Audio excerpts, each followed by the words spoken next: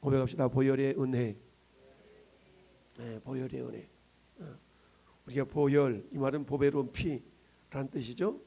뭐가 보배로운 피입니까? 예수님이 흘리신 피가 보배로운 피죠. 예수님이 흘리셨던 피는 저와 여러분을 위한 속죄의 피요, 영원한 하나님의 자녀 삼기 위한 피인 줄 믿습니다. 그 피의 예표 모형이 레위기서를 통해 우리에게 보여주고 있고 출애굽기를 통하여 우리에게 보여주고 있습니다. 특별히 레위기서는 우리가 법전이라고 해요. 법전. 레위기서는 법전입니다. 법전. 그래서 모세오경을 창세기, 출애굽기, 레위기, 민수기, 신명기, 그러죠? 가운데 책이 무슨 책? 레위기. 레위기서기 법이에요. 법. 법은 다른 말로 말하면 뭐예요? 기준이죠. 기준. 그래서 레위기서라는 기준을 통해서 창세기, 출애굽기 한 편에 있고 민수기, 신명기가 다른 한 편에 있는 겁니다.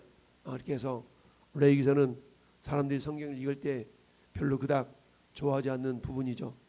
제사가 어렵고 재물이 어떻고 이런 것들에 대해서 성경을 읽다가도 굉장히 지루해하는 그런 본문인데, 그런데 유대인들에게 있어서 레위기서는 굉장히 중요한 성경입니다. 물론 우리들에게 있어서도 굉장히 중요한 성경이지만 우리는 그렇게 중요성을 느끼지 못하죠. 유대인들은 자녀들이 태어나면 모세오경을 암송을 시키는데요, 가장 먼저 암송시키는 성경이 레위기서라고 합니다. 왜냐하면 레위기서가 법이기 때문이죠. 기준이 제대로 서 있어야 나머지 것들이 바로 설 수 있는 거거든요. 우리의 신앙의 기초도 역시 마찬가지입니다. 우리 신앙의 기초가 제대로 세워지지 않으면 나대로 신앙이 될 수가 있는데, 어쨌든 2월 마지막 날 금요 우리 기도회를 통하여서 하나님께 주신 은혜가 뭐냐? 주님께 주신 은혜가 보혈의 은혜일진데, 자, 우리가 레위기서의 성소에 대한 그림을 우리는 머릿속에 다 그려볼 수 있습니다. 성소 보혈의 은혜를 통해서 여러분이 성소는 성소가 있고 지성소가 있고 성전뜰이 있고, 그렇죠? 성전뜰, 성소, 지성소, 이렇게 세 부분으로 나눠지게 됩니다. 그러면 어때요? 하나님을 만나는 장소는 어디예요? 지성소죠. 지성소. 그러니까 성소를 지나 휘장을 들치고 지성소까지 들어가야 하나님을 만나는 그런 모습이 되죠. 그런데 성전뜰에는 허다한 무리들이 나올 수는 있지만 성소를 지나 지성소까지 갈수록 사람이 줄어들죠. 지성소는 누구만 들어가요? 대제사장만 들어갑니다. 지성소는 대제사장만 들어가죠. 그것도 1년에 한 차례 피를 가지고 들어가는 곳이 지성소죠. 그는 아론을 말합니다. 아론은 대제사장이었어요. 아론은 또 수송아지 피를 가져다가 손가락으로 속죄소 동쪽에 뿌리고, 또 손가락으로 그 피를 속죄소 앞에 7번 뿌려라.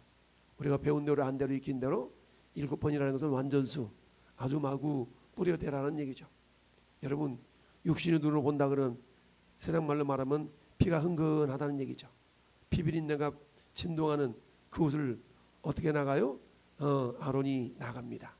속죄소 위에, 속죄소 앞에, 속죄소 동편에 뿌려서 그야말로 피범벅이 되게 하는 그런 의식을 통해서 하나님을 만날 수가 있었고 배울 수가 있었다라는 얘기죠. 그런데 대제사장은 피를 가져가는데, 첫째는 자기 자신의 죄를 속함받게 해서, 둘째는 백성들의 죄를 속함받게 해서, 셋째는 속죄소 자체를 속하기 위해서 피를 뿌리는 의식을 거행했다라는 얘기입니다. 16절 말씀 보니까 곧 이스라엘 자손의 부정과 그들이 범한 모든 죄로 말미암아 지성소를 위하여 속죄하고, 그러니까 지성소는 거룩한, 지극히 거룩한 장소가 지성소잖아요. 지극히 거룩한 장소. 근데 지극히 거룩한 장소에는 지극히 거룩하신 하나님이 임재하신다라고 우리가 이렇게 이해를 하고 있습니다. 그러니까 지극히 거룩한 하나님이 지극히 거룩한 장소에서 임재하시는데, 그럼 우리가 그 하나님을 뵙기 위해서는 어떻게 해야 돼요? 우리가 거룩해져야 되죠. 근데 거룩한다는 것은 내 힘과 내 능력으로 거룩해 줄 수 없어요. 거룩은 반드시 뭐가 필요하냐면 피가 필요하다. 여러분, 사도 바울이 복음을 전하면서 그런 얘기를 했죠. 말씀과 기도로 거룩하여 지민이라. 말씀과 기도로. 그 말씀 어떤 말씀? 보혈의 말씀으로 거룩해진다라는 얘기입니다. 보혈의 말씀을 의지하여서 보혈을 뿌리며 기도하러 나가는 가운데 모든 것들이 깨끗하게 된다라는 얘기입니다. 여러분, 우리가 레위기서 16장 1절을 볼까요? 앞으로 넘겨서 1절을 보면 이렇게 말씀합니다.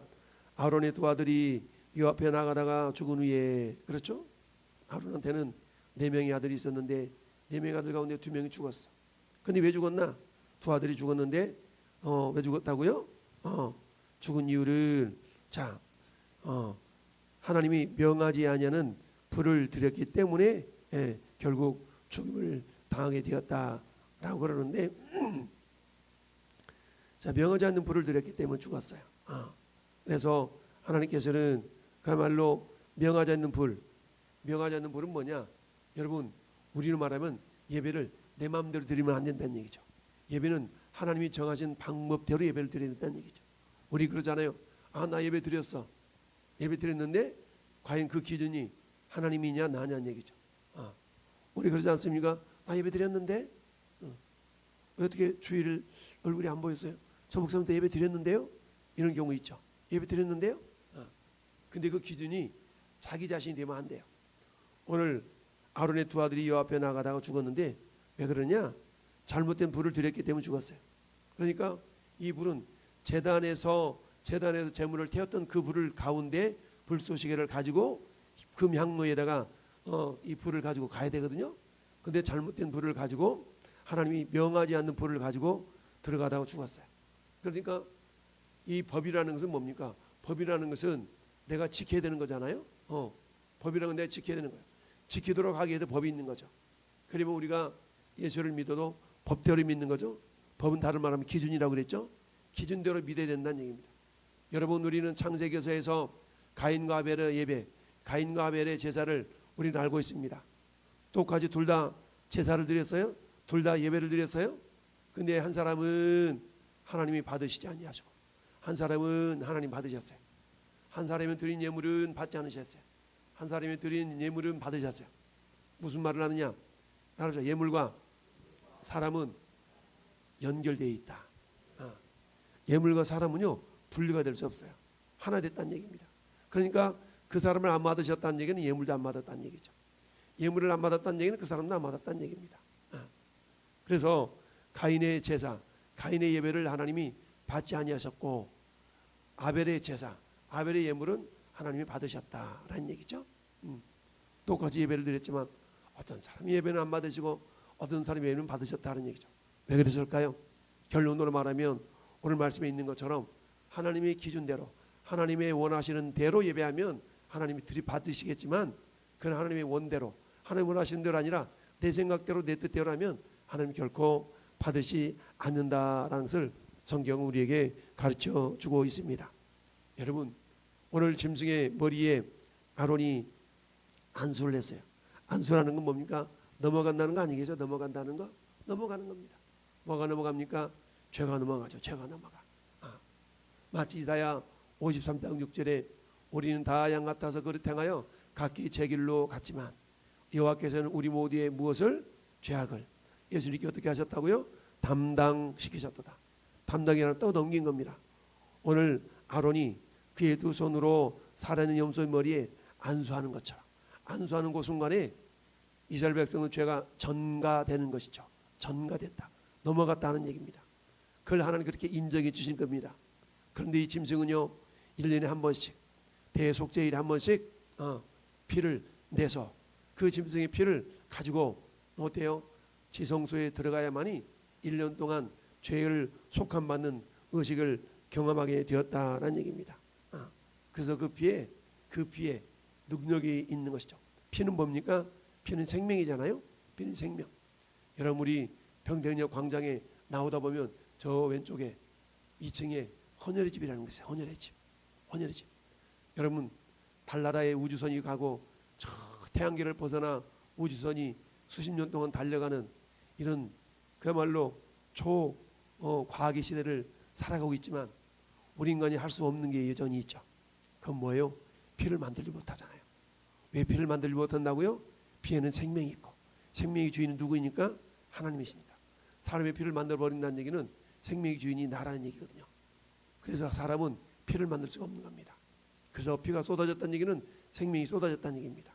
그러니까 피를 어떤 짐승의 피를 흘렸다는 얘기는 그 생명이 어때요? 사라졌다, 죽었다는 얘기죠. 우리가 죽어져야 될, 우리의 죄 때문에 우리가 죽어져야 될 그 생명을 우리 대신 우리의 죄를 짊어진 짐승이 죽임을 당했다라는 얘기입니다. 여러분, 하나님께서는 출애굽기 12장에 유월절 절기를 제정하신 사건을 우리에게 보여주고 있습니다.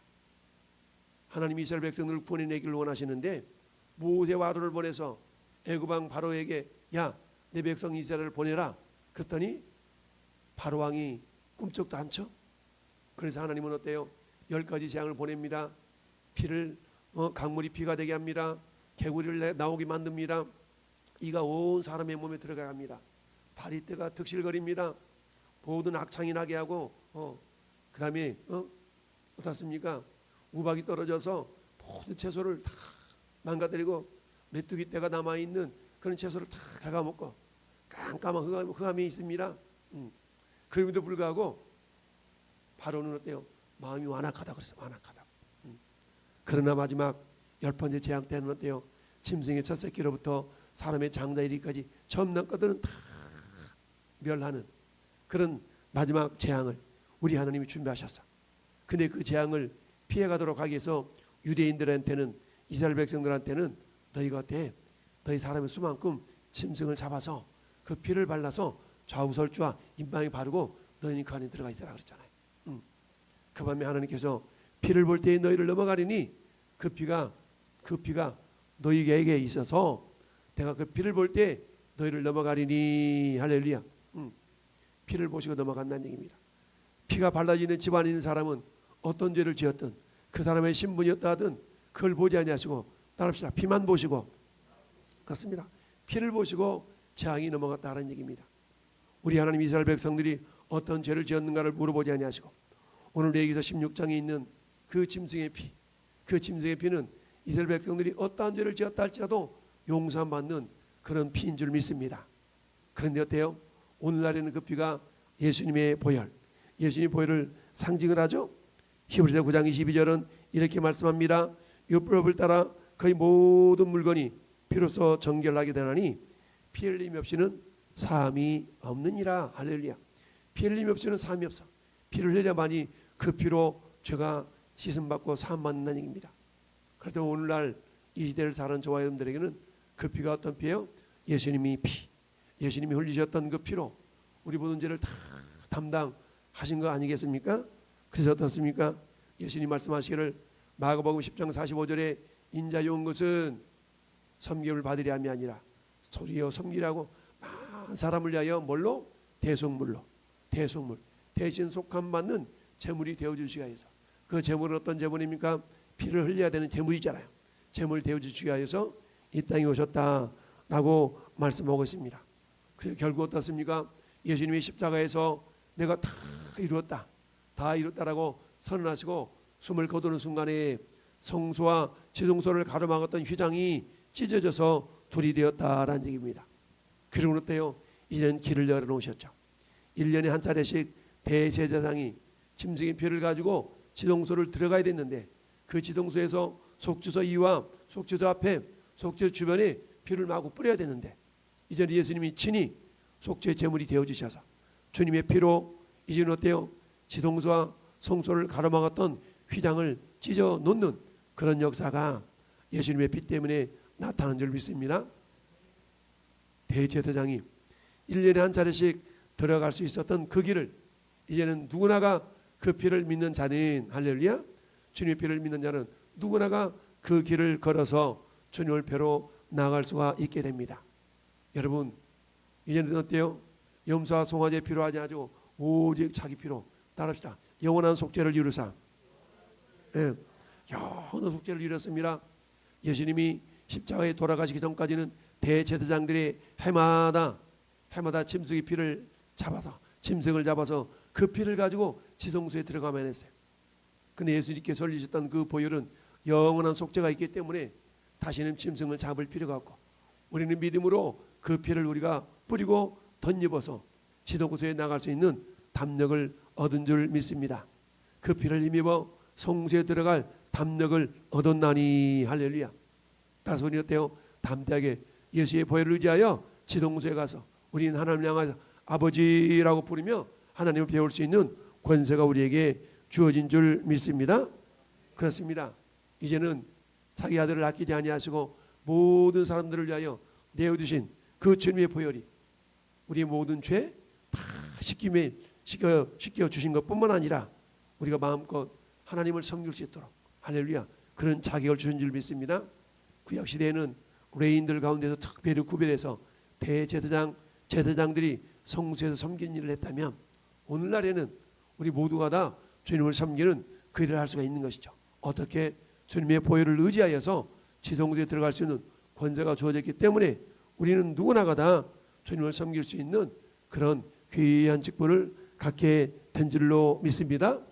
우리는 그래서 이 밤에 어떻게 나왔습니까? 주님의 보혈을 의지하여서 주 앞에 나와서 우리가 기도하는 모든 것들이 주님 전에 상달되어지는 것뿐만 아니라 응답받을 수 있는 권세가 우리에게 주어진 줄 믿습니다. 따라서 우리가 보혈을 지나 하나님 품으로 보혈을 지나 아버지 품으로 나갈 수 있는 그런 존재들이 되었어요. 사단은 날마다 우리를 참소합니다. 그럴 때마다 우리는 어떻게 한다고요? 그렇다. 그렇지만 그 죄마저도 어때? 주님의 보혈로 우리가 깨끗하게 씻음을 받았다라고 우리가 주님의 보혈을 주장하며 나갈 수가 있어야 됩니다. 이 밤도 우리는 어때요? 그 보혈을 의지하여 주님 앞에 나왔습니다. 악한 마귀 사단이 참소한다 할지라도 우리는 보혈을 의지하여서 그 사단의 참소를 이기고 오늘도 주님을 배울 수 있는 귀한 권세가 우리 안에 있는 줄 믿고 오늘 주님 앞에 나온 줄 믿습니다. 오늘도 그 보혈을 의지하여서 주님 앞에 나와 기도하는 모든 기도의 내용들이 다 응답받는 그런 은혜가 우리 가운데 임한 줄 믿습니다. 여러분 우리는 기도의 용사들입니다. 여러 가지 어려운 상황 가운데서도 하나님 환경을 뚫고 주 앞에 나와서 주님 우리의 기도를 통하여 주님 없는 교회가 든든히 세워져 나갑니다. 우리의 기도를 통하여 이 나라의 민족이 든든히 세워져 나갑니다. 라는 귀한 사명의식이 저와 여러분 가운데 멈추지 않기를 예수님의 이름으로 축원합니다. 아멘.